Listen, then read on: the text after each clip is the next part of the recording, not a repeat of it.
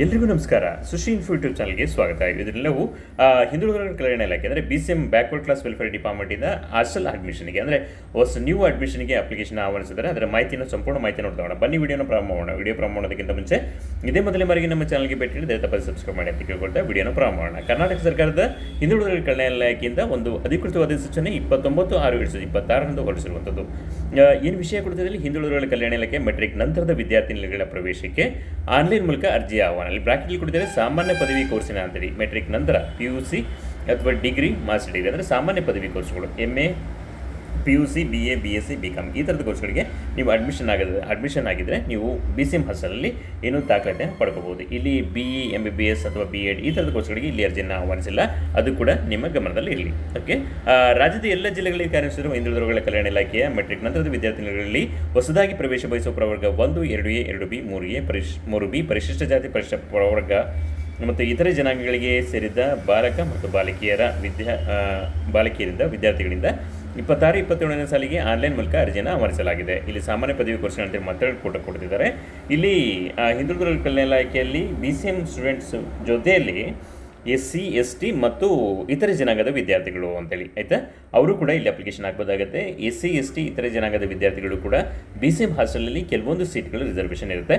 ಅದಕ್ಕೆ ನೀವು ಅಪ್ಲಿಕೇಶನ್ ಹಾಕಿ ಸೀಟ್ ಸಿಕ್ಕರೆ ಜಾಯ್ನ್ ಆಗ್ಬೋದು. ಓಕೆ, ಇಲ್ಲಿ ಕೊಡ್ತಾ ಇದ್ದಾರೆ SC ST ವಿದ್ಯಾರ್ಥಿಗಳಿಗೆ ಆದಾಯ ಮಿತಿ, ಪೋಷಕರ ಆದಾಯ ಮಿತಿ ಇಷ್ಟಿರಬೇಕಾಗುತ್ತೆ. ಅಂದರೆ ನಿಮಗೆ ಇನ್ಕಮ್ ಸರ್ಟಿಫಿಕೇಟ್ ಇನ್ಕಮ್ ಇಷ್ಟು ಮೆನ್ಷನ್ ಆಗಿರಬೇಕಾಗುತ್ತೆ. ಪ್ರವರ್ಗ 1 SC ST ವಿದ್ಯಾರ್ಥಿಗಳಿಗೆ 2.5 ಲಕ್ಷದ ಮಿತಿಯೊಳಗೆ ನಿಮ್ಮ ಇನ್ಕಮ್ ಇರಬೇಕಾಗುತ್ತೆ. ಪ್ರವರ್ಗ 2A 2B 3A 3B ಇತರೆ ಹಿಂದುಳಿದ ವಿದ್ಯಾರ್ಥಿಗಳು ಹಾಗೂ ಇತರೆ ವಿದ್ಯಾರ್ಥಿಗಳಿಗೆ 1 ಲಕ್ಷದ ಒಳಗೆ ನಿಮ್ಮ ಆದಾಯದ ಮಿತಿ ಇರಬೇಕಾಗುತ್ತೆ. ಇದಕ್ಕೆ ಇಷ್ಟೊಳಗಿದ್ರೆ ನೀವು ಅಪ್ಲಿಕೇಶನ್ ಹಾಕೋಕ್ಕೆ ಎಲಿಜಿಬಲ್ ಇರ್ತೀರಾ.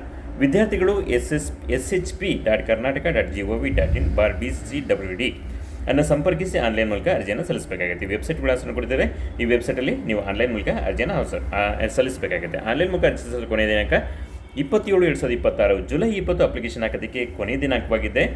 ಅಷ್ಟರೊಳಗೆ ನೀವು ಅಪ್ಲಿಕೇಶನ್ ಹಾಕಬೇಕಾಗುತ್ತೆ. ತಾಲೂಕುವಾರು ವಿದ್ಯಾರ್ಥಿಗಳ ವಿವರ, ವಿದ್ಯಾರ್ಥಿನಿಗಳ ಪ್ರವೇಶಕ್ಕೆ ಇರಬೇಕಾದ ಅರ್ಹತೆ, ಸಲ್ಲಿಸಬೇಕಾದ ದಾಖಲೆಗಳ ವಿವರ ಮತ್ತು ಸರ್ಕಾರಿ ಆದೇಶಕ್ಕಾಗಿ ಇಲಾಖೆ ವೆಬ್ಸೈಟ್ bcwd.karnataka.gov.in ಅನ್ನು ನೋಡಬಹುದು ಅಂತೇಳಿ.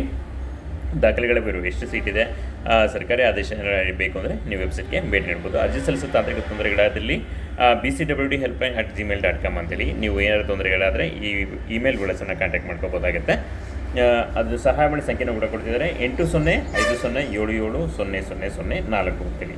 ಓಕೆ, ನೀವು ಅಪ್ಲಿಕೇಶನ್ ಹಾಕ್ಬೇಕಾದ್ರೆ ಏನೋ ಟೆಕ್ನಿಕಲ್ ಪ್ರಾಬ್ಲಮ್ ಆದರೆ ನೀವು ಅಪ್ಲಿಕೇಶನ್ ಸಬ್ಮಿಟ್ ಆಗ್ತಿಲ್ಲ, SSPID ವರ್ಕ್ ಆಗ್ತಿಲ್ಲ, ಈ ಥರ ಏನೋ ಪ್ರಾಬ್ಲಮ್ ಆದರೆ ನೀವು ಈ ನಂಬರ್ಗೆ ಕಾಲ್ ಮಾಡಬಹುದಾಗುತ್ತೆ. ಇದು ಏನು ಟೋಲ್ ಫ್ರೀ ನಂಬರ್ ಆಗಿದೆ 8050770004 ಅಂತೇಳಿ. ಓಕೆ, ಈ ನಂಬರ್ ಬಿಸಿ ಬರ್ತಾ ಇರುತ್ತೆ.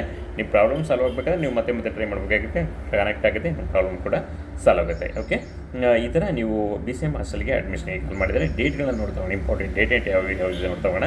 ಹೊಸ 26-27ನೇ ಸಾಲಿನ ಮೆಟ್ರಿಕ್ ನಂತರದ ಸಾಮಾನ್ಯ ಪದವಿ ಕೋರ್ಸ್ ವಿದ್ಯಾರ್ಥಿಗಳಿಗೆ ಪ್ರವೇಶ ಕಲ್ಪಿಸುವ ನಿಗದಿಪಡಿಸುವ ಕಾಲಾನುಕ್ರಮಣಿಕೆ ಅಂತೇಳಿ ಡೇಟನ್ನು ಕೊಟ್ಟಿದ್ದಾರೆ. ಹೊಸ ವಿದ್ಯಾರ್ಥಿಗಳ ಅರ್ಜಿ ಸಲ್ಲಿಸಲು ಪ್ರಾರಂಭದ ದಿನಾಂಕ 30/6/2026 ಅಂದರೆ ಜೂನ್ 30ರಿಂದ ಅರ್ಜಿ ಸಲ್ಲಿಸೋದಕ್ಕೆ ಪ್ರಾರಂಭ ಆಗ್ತಾ ಇದೆ. ಹೊಸ ವಿದ್ಯಾರ್ಥಿಗಳ ಅರ್ಜಿ ಸಲ್ಲಿಸಲು ಕೊನೆಯ ದಿನಾಂಕ, ಅರ್ಜಿ ಸಲ್ಲಿಸೋದಕ್ಕೆ ಲಾಸ್ಟ್ ಡೇಟ್ ಇದೆ 27/2026 ಅಂತೇಳಿ. ಹೊಸ ಅರ್ಜಿಗಳನ್ನು ತಾಲೂಕು ಕಲ್ಯಾಣಾಧಿಕಾರಿಗಳು ಪರಿಶೀಲನೆ ಮಾಡಲು ನಿಗದಿಪಡಿಸಿದ ದಿನಾಂಕ 23/7/2026 ಅಂದರೆ ನಿಮ್ಮ ಅಪ್ಲಿಕೇಶನ್ ವೆರಿಫೈ ಆಗೋದು 23/7/2026 ನಿಮ್ಮದು ಅಪ್ಲಿಕೇಶನ್ ವೆರಿಫೈ ಆಗುತ್ತೆ. ತಾಲೂಕು ಸಮಿತಿಯ ಮೂಲಕ ಆಯ್ಕೆಯಾದ ಹೊಸ ವಿದ್ಯಾರ್ಥಿಗಳ ಆಯ್ಕೆ ಪಟ್ಟಿ ಪ್ರಕಟಣೆ ದಿನಾಂಕ ಅಂದರೆ ಆಯ್ಕೆ ಪಟ್ಟಿ ಸೆಲೆಕ್ಷನ್ ಲಿಸ್ಟ್ ಅನೌನ್ಸ್ಮೆಂಟ್ ಮಾಡೋದು 27/7/2026 ಜುಲೈ 27ಕ್ಕೆ ನಿಮ್ಮದು ಸೆಲೆಕ್ಷನ್ ಲಿಸ್ಟ್ನ ಅನೌನ್ಸ್ ಮಾಡ್ತಾರೆ. ಆಯ್ಕೆಯಾದ ವಿದ್ಯಾರ್ಥಿಗಳಿಗೆ ಪ್ರವೇಶ ಪಡೆಯಲು ನಿಗದಿಪಡಿಸುವಂಥ ದಿನಾಂಕ 30/7/2026 30 ಜುಲೈ 2026 ಒಳಗಾಗಿ ನೀವು ಸೆಲೆಕ್ಷನ್ ಆಗಿದ್ದರೆ ಹಾಸ್ಟೆಲಿಗೆ ಹೋಗಿ ಅಡ್ಮಿಷನ್ ಆಗಬೇಕಾಗುತ್ತೆ.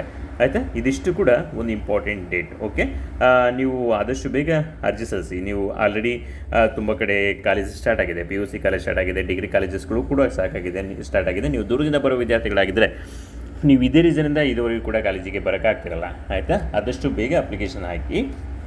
ನಿಮ್ಮದು ಸೆಲೆಕ್ಷನ್ ಆಗಿದ್ದರೆ ಆದಷ್ಟು ಬೇಗ ದಾಖಲಾಗಿ ಆದಷ್ಟು ಬೇಗನೆ ಕಾಲೇಜಿಗೆ ಬರ್ಬೋದಾಗುತ್ತೆ. ಎಲ್ಲರೂ ಕೂಡ ಆಲ್ ದ ಬೆಸ್ಟ್.